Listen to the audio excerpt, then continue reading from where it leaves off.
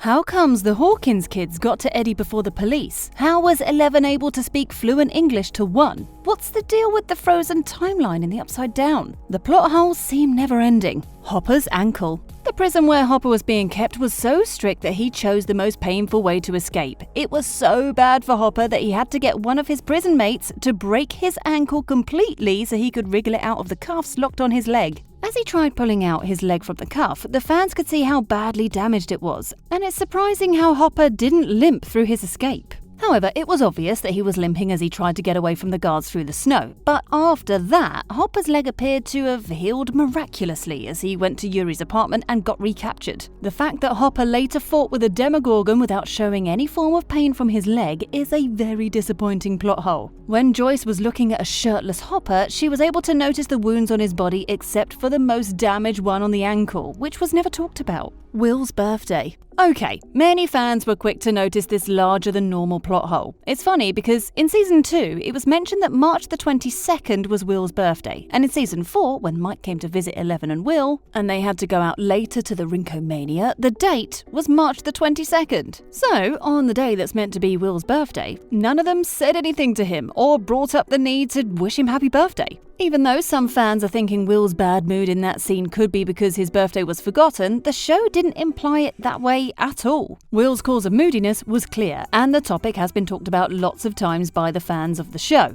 The showrunners, however, came forward to apologize and confirm it was just an error on their part as they simply forgot his birthday. Police inefficiencies. Eddie's witnessing of Chrissy's strange way of becoming cold caused him to run, and instantly the whole city set out looking for him as the prime suspect. And it's surprising how he was never caught by the police, or maybe they weren't looking hard enough. If Jason, who was trying to get revenge for Chrissy's demise, could find Eddie, then the police not being able to find him with all their resources is a plot hole. And it's a very deep one that went unnoticed by many fans. For someone as sleek as Eddie and who left traces big enough to be seen by the group, finding him was a serious and impossible task for the police. Despite the many trails he left behind and how the other kids were constantly not home, they still couldn't figure it out. And with the help of the Hawkins kids, Eddie was able to stay hidden. Considering how close the Hawkins kids are to Eddie, how were they never followed? It's impossible to think that so many kids under pressure could be so careful to avoid the police. Stranger Things probably used this plot to suit their narrative, but it didn't click together at all.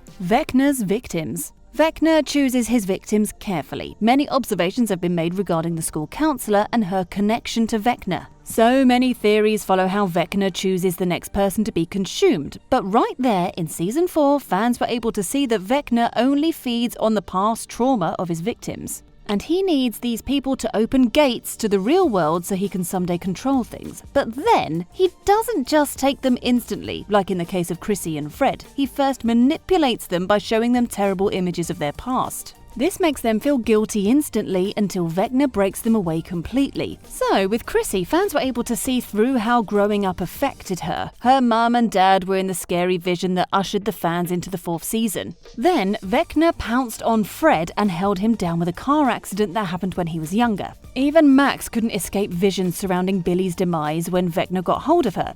Now, it begins to add up when you take a look at these victims, and then there's the other one, which is Patrick. His own traumatic experiences weren't as detailed as the others. With the exception of his grandfather's clock he sees in his visions and a scene of him with a black eye, the fans have no idea why Wekner chose him. You probably didn't notice it at the time, but it is a plot hole. With how Wekner operated with his other victims, Patrick just happened to be a fill-in that left a plot hole the directors thought would just be unnoticed. Eleven's fluency. Speaking of the many inconsistencies of Stranger Things, Eleven's English speaking is a huge one. If you can still clearly remember how Eleven met up with the gangs in the woods, then you know she couldn't say anything more than a few words. Because she's never had an education, communicating with her to even get her a name was a big lot to settle for Mike and the rest of the gang. But suddenly, Season 4 pulls up with a memory of Eleven communicating with one in clear and simple words. How did that happen? How could she speak so well in her memory before escaping the Hawkins lab, but find it hard to speak to the kids in the woods after escaping? The writers might have slept on this because it sank so deep and took the fans along with it. Or maybe one has another type of power that could bring out a perfect speech from 11. Maybe it will even get better. Her anxiety might have caused her a slow sense of fluency in English after escaping the Hawkins lab. Whichever way, Stranger Things better cover it up in season 5 or it won't be easily forgotten. Frozen timeline. Right, when it comes to the upside-down frozen timeline, it's as if the show only uses it to their advantage, and honestly, this has caused many unnoticed plot holes. Season 4 makes it a confirmed point that the Upside Down is indeed frozen and has a different time zone than Hawkins, and fans were able to confirm that it had been frozen right from Season 1 when Will first entered. It explains how Eddie, Nancy, Steve and Robin weren't able to find Nancy's gun for use in the Upside Down and had to come up with another plan. The plot continues to make sense until the holes start to show up. There are many objects that were present in Hawkins and became available to the Upside Down after Will's disappearance.